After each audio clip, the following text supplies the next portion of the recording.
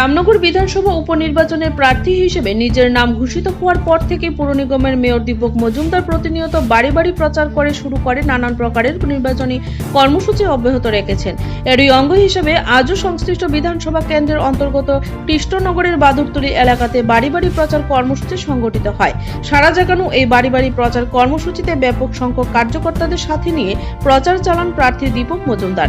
নিজের অভিমত প্রকাশ করতে গিয়ে যেভাবে সাধারণ মানুষ উচ্ছ্বাস প্রকাশ করেছেন তাতে প্রার্থী দীপক মজুমদার নিজের জয়ের ব্যাপারে 100% আশাবাদী। দীপক মজুমদার দাবি করেন মূলত বিপ্লব কুমার দেবের সমর্থনে এবং রামনগরের উপনির্বাচনের জয়ের জন্য এই প্রচার কর্মসূচি সংগঠিত করেছেন।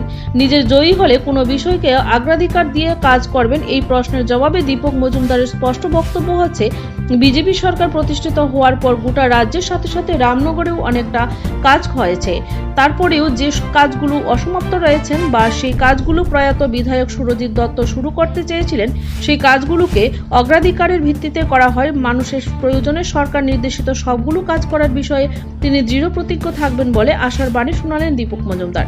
বিরোধীদের যাবতীয় সমালোচনাকে হেলায় উড়িয়ে দিয়ে দীপক মজুমদারের দাবি হচ্ছে উন্নয়ন চলছে এবং উন্নয়নের ভিত্তিতেই রামনগরের বিজেপির জয় শুধুমাত্র সময়ের অপেক্ষায়।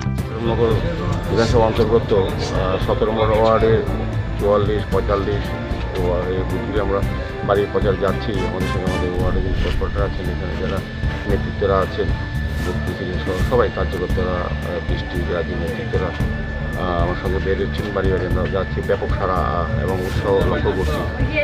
সবাই যাচ্ছেন ভারতীয় জনতা পার্টির প্রার্থী দিকে, বিশেষ করে পশ্চিম ত্রিপুরা লোকসভা কেন্দ্রে প্রার্থী বিপ্লব কুমার দেব এবং আমি বিজেপি উপনির্বাচন 7 নম্বর উপনির্বাচন প্রার্থী হিসেবেও ভোট চাইছি। তো সবাই আশ্বস্ত করছেন এবং আমাদের সরকারের কাজের উপর সবাই কিন্তু খুব খুশি।